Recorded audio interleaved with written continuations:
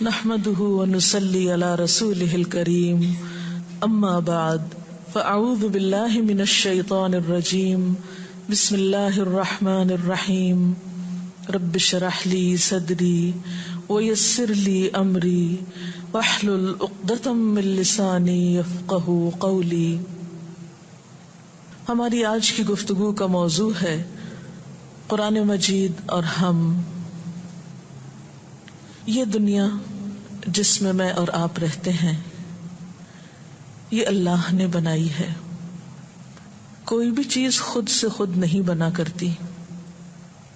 جن چیزوں کو ہم آٹومیٹک کہتے ہیں، خودکار، وہ بھی کسی کے بنانے اور کسی کی پروگرامنگ سے آٹومیٹک ہوتی ہیں، خود سے نہیں بنتی۔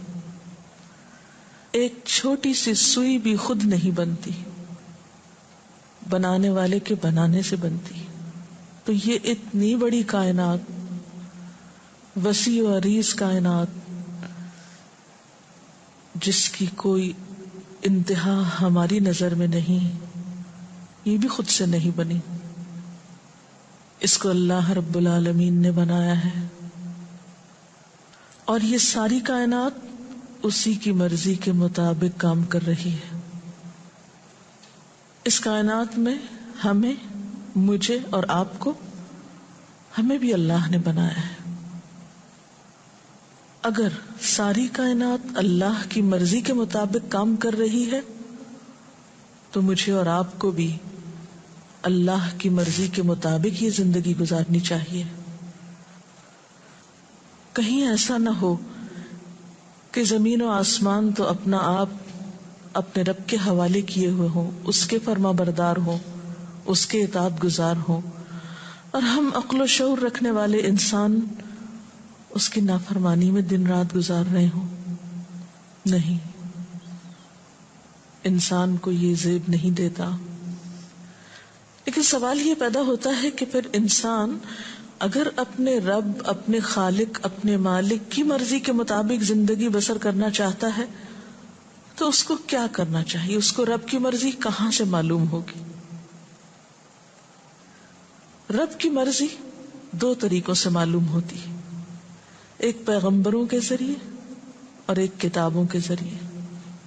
پیغمبروں میں آخری پیغمبر محمد الرسول اللہ صلی اللہ علیہ وسلم، جن پر آخری کتاب قرآن مجید نازل ہوا، یہ دو ہدایت کے ذرائع ہمارے سامنے موجود ہیں۔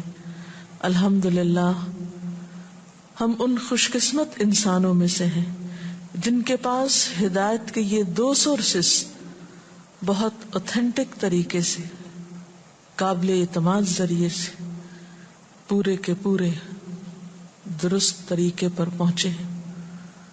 ہمارے پاس وہ کتاب ہے جس کے کھلتے ہی یہ دعویٰ کیا جاتا ہے کہ ذالک الکتاب لا ریب فیہ، یہ وہ کتاب ہے جس میں کوئی شک نہیں۔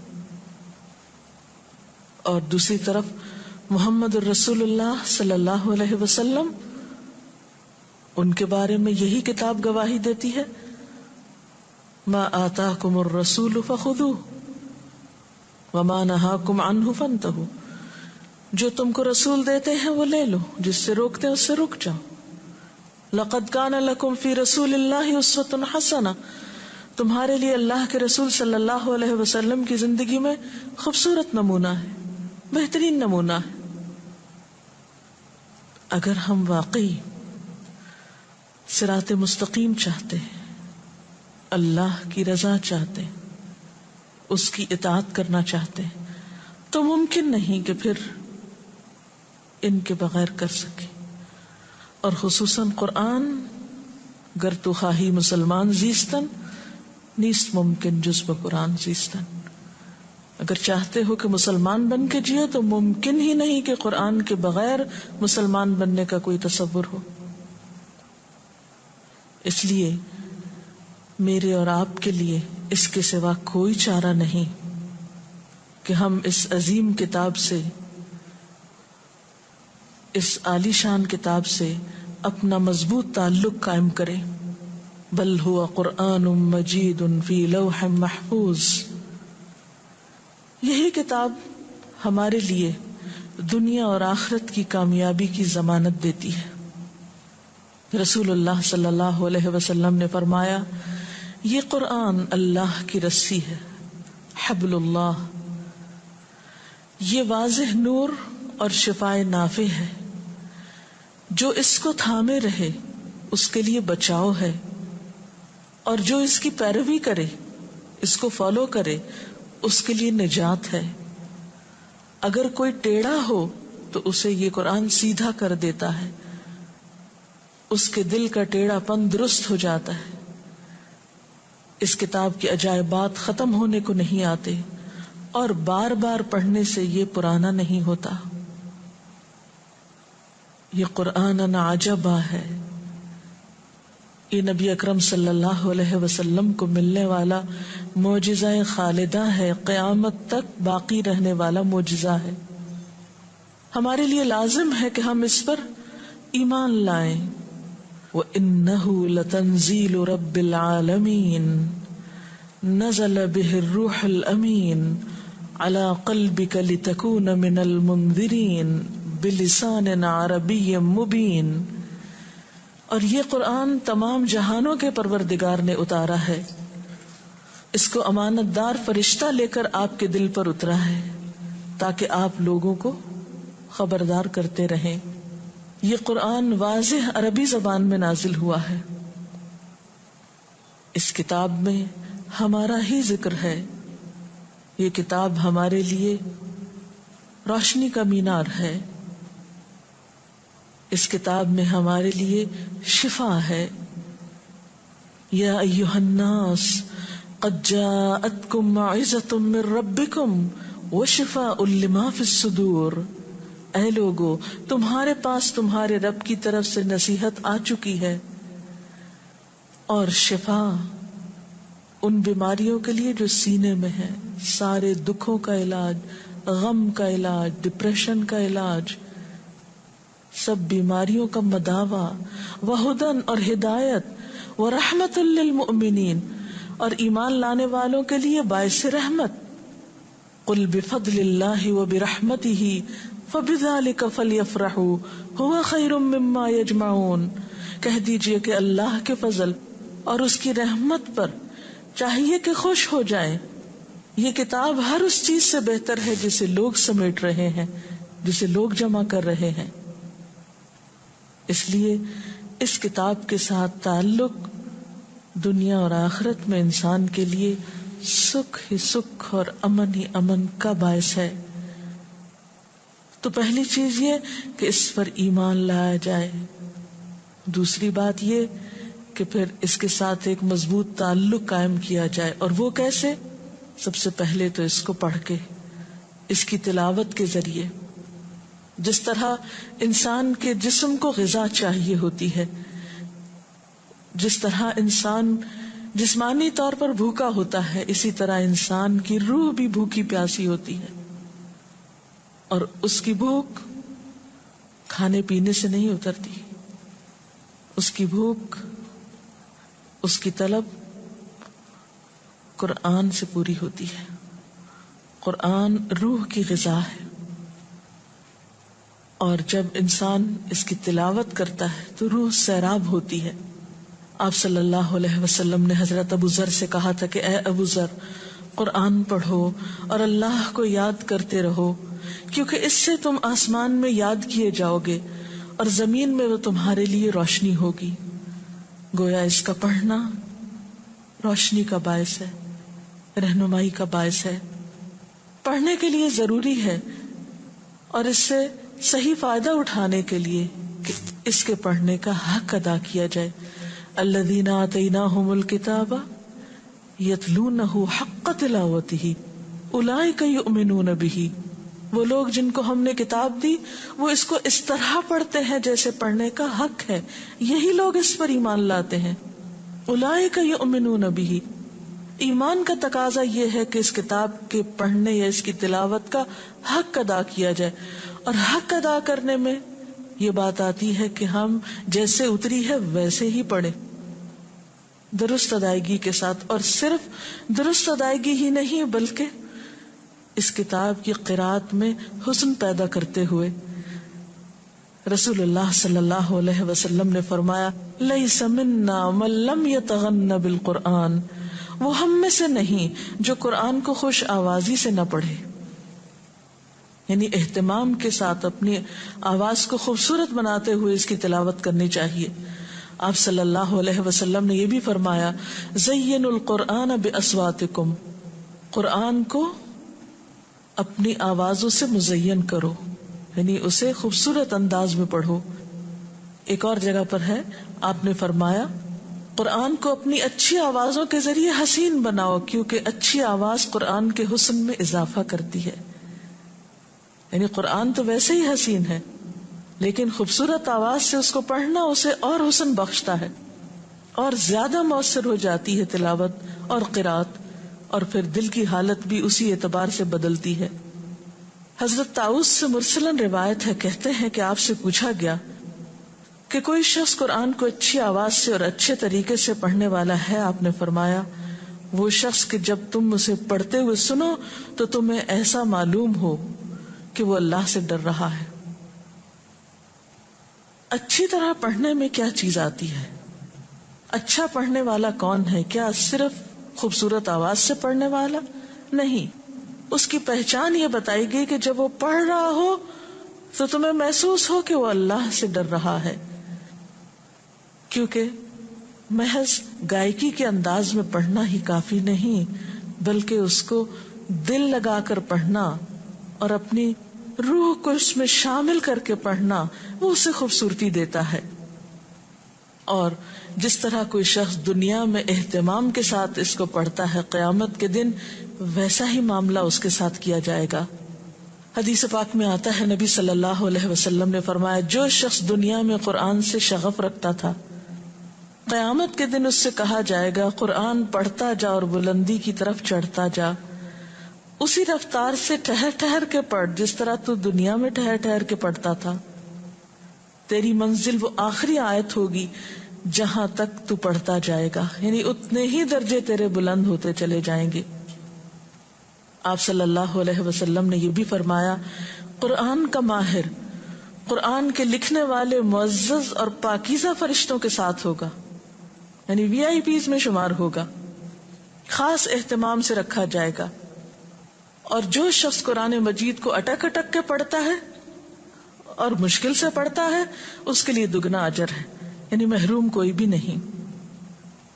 جس طرح دنیاوی معاملات میں ہم بہتر سے بہتر کی تلاش میں رہتے ہیں، اسی طرح قرآن پاک کے معاملے میں ہمیں بہتر سے بہتر کی تلاش میں رہنا چاہیے۔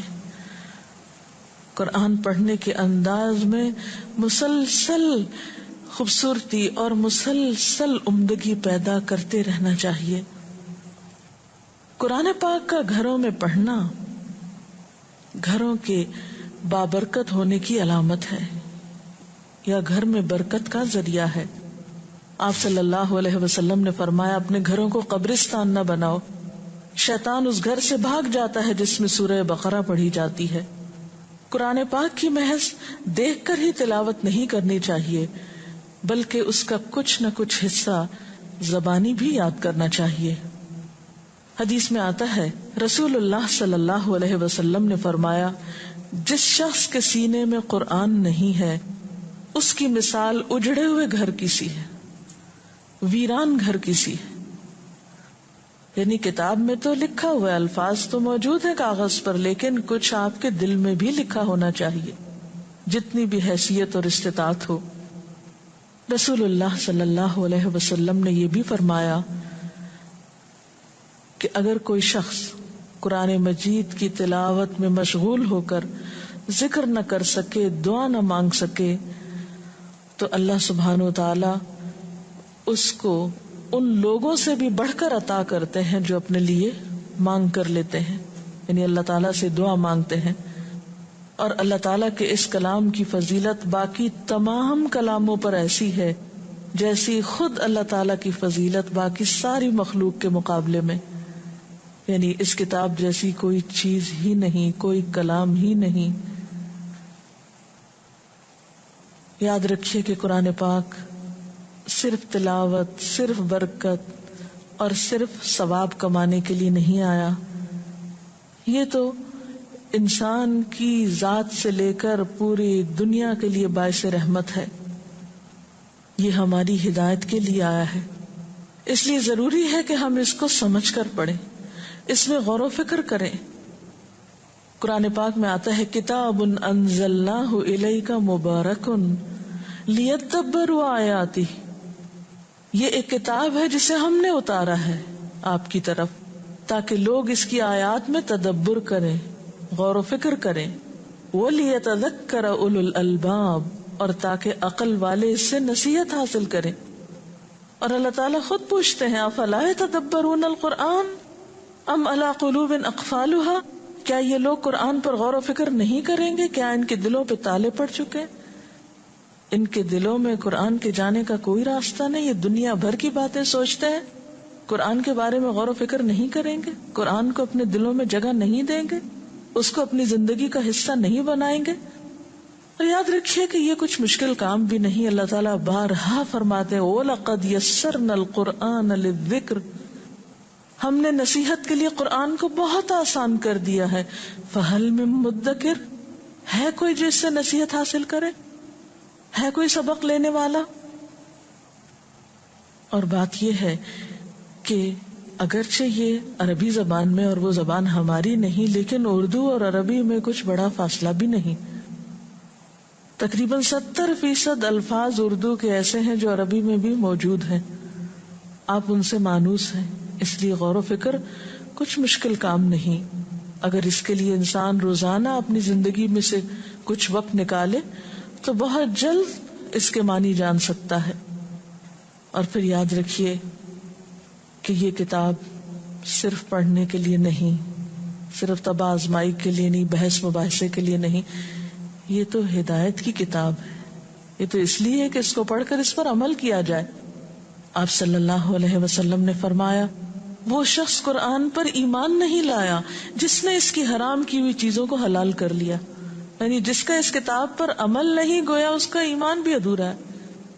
اور قیامت کے دن قرآن یا تو انسان کے حق میں حجت بنے گا یا اس کے خلاف گواہی دے گا. القرآن حجت لک وعلیک، یا تو انسان کی طرف سے جھگڑے گا یا شفاعت کرے گا یا پھر اس کے خلاف گواہی دے گا. تو کس کے حق میں گواہی دے گا؟ جو اس پر عمل کرنے والا ہوگا، اس کا حق دینے والا ہوگا. حضرت عثمان اور حضرت عبداللہ بن مسعود کا طریقہ یہ تھا کہ اگر آپ صلی اللہ علیہ وسلم سے وہ 10 آیتیں بھی پڑھ لیتے تھے تو جب تک ان آیات کے تمام علم و عمل کے پہلوؤں کو اپنے اندر جذب نہیں کر لیتے تھے، آگے قدم نہیں بڑھاتے تھے. وہ کہتے ہیں کہ ہم نے قرآن کے علم اور عمل کو ساتھ ساتھ لیا ہے. ان کی زندگی میں تصور ہی نہیں تھا کہ قرآن صرف علم حاصل کرنے کے لیے پڑھا جاتا ہے، یا وہ صرف نالج بڑھانے کے لیے، نالج میں اضافہ کرنے کے لیے، یا مزید کچھ جاننے کے لیے. نہیں، یہ تو کتاب ہے ہی عمل کے لیے. آپ صلی اللہ علیہ وسلم نے فرمایا تم میں سے کوئی شخص اس وقت تک مومن نہیں ہو سکتا جب تک اس کی خواہشات اس چیز کے تابع نہ ہو جائیں جو میں لے کر آیا ہوں. اور پھر امت مسلمہ کے فرد ہونے کی حیثیت سے ہماری ذمہ داری ہے کہ جہاں ہم اس سے خود فائدہ اٹھائیں وہاں یہ کتاب یا ایھا الناس کہہ کے پوری انسانیت کو مخاطب کرتی ہے. اس خوبصورت کتاب سے دوسروں کو بھی متعارف کرائیں. ھذا بلاغ للناس ولینذروا بہ، یہ تو سب انسانوں کے لیے پیغام ہے. یہ صرف مسلمانوں کی کتاب نہیں، یہ تو پوری انسانیت کے لیے، اور تاکہ وہ سب اس کے ذریعے خبردار کیے جائیں. اور اسی لیے آپ صلی اللہ علیہ وسلم کو خصوصی تاکید کی گئی وَأُوحِيَ إِلَيَّ هَذَا الْقُرْآنُ لِأُنذِرَكُمْ بِهِ وَمَنْ بَلَغَ، میری طرف وحی کی گئی ہے کہ میں اس قرآن کے ذریعے تم کو بھی خبردار کروں اور جس کو یہ پہنچے. گویا یہ کتاب ساری انسانیت کی ہدایت کے لیے ہے. اور اس کے لیے کیا ضروری ہے پھر کہ ہم اس کو سیکھنے یا سکھانے والے بن جائیں. آپ صلی اللہ علیہ وسلم نے بشارت دی ہے خیرکم من تعلم القرآن وعلمہ، تم میں بہترین ہیں وہ لوگ جو قرآن سیکھیں اور سکھائیں. قرآن ہمیں پکارتا ہے. اب بات ہمارے ذمہ ہے کہ ہم اس کی پکار پہ لبیک کہتے ہیں یا اس سے منہ موڑ لیتے ہیں. اور یاد رکھیے جو اس سے منہ موڑے گا اس کے بارے میں بھی قرآن پاک میں آتا ہے وَقَدْ آتَيْنَاكَ مِن لَّدُنَّا ذِكْرًا مَنْ أَعْرَضَ عَنْهُ فَإِنَّهُ يَحْمِلُ يَوْمَ الْقِيَامَةِ وِزْرًا خَالِدِينَ فِيهِ وَسَاءَ لَهُمْ يَوْمَ الْقِيَامَةِ حِمْلًا. ہم نے خاص اپنے ہاں سے تم کو ایک ذکر عطا کیا، جو کوئی اس سے منہ موڑے گا وہ قیامت کے روز سخت گناہ کا بوجھ اٹھائے گا، اور ایسے سب لوگ ہمیشہ اس کے وبال میں گرفتار رہیں گے، اور قیامت کے دن ان کے لیے بڑا تکلیف دہ بوجھ ہوگا. ایک اور جگہ پر فرمایا من اعرض عن ذکری فإن له معیشة ضنکا ونحشره یوم القیامة اعمی قال رب لم حشرتنی اعمی وقد كنت بصیرا قال كذلك اتتك آیاتنا فنسیتها وكذلك اليوم تنسى. جو میرے ذکر سے منہ موڑے گا، اور ذکر سے مراد یہاں اللہ کی کتاب ہے، میں اس کے لیے دنیا کی زندگی تنگ کر دوں گا، اور قیامت کے دن ہم اس کو اندھا اٹھائیں گے. وہ پوچھے گا اے میرے رب مجھے اندھا کیوں اٹھایا گیا، میں تو دیکھنے والا تھا. اللہ تعالیٰ فرمائے گا ہاں اسی طرح ہماری آیات تیرے پاس آئی تھیں مگر تو نے انہیں بھلا دیا، لہذا اسی طرح آج تم بھلائے جا رہے ہو. جو شخص اس کتاب کو جتنی اہمیت دے گا، اس سے جتنی محبت کرے گا، اس کی جتنی قدردانی کرے گا، اس کے ساتھ جتنا وقت گزارے گا، اس سے کہیں زیادہ بڑھ کر اللہ تعالیٰ کی رحمت، نوازش اور عنایات کا مستحق ہوگا. اللہ تعالیٰ سے دعا ہے کہ وہ ہمیں اس کی قدر کرنا سکھائے. حقیقت یہ ہے کہ عزت اس کتاب کے ساتھ ہے ہم سب کی، کیونکہ یہ قرآن مجید ہے، عزت والی کتاب، عزت والا قرآن. ہم سب کے لیے لازم ہے کہ ہم اس کی عزت کریں اور اس کو اہمیت دیں اور اسے اپنی زندگی میں شامل کریں اور اس کے ساتھ ایک مضبوط تعلق رکھیں. اللہ تعالی ہم سب کو اس کی توفیق عطا فرمائے.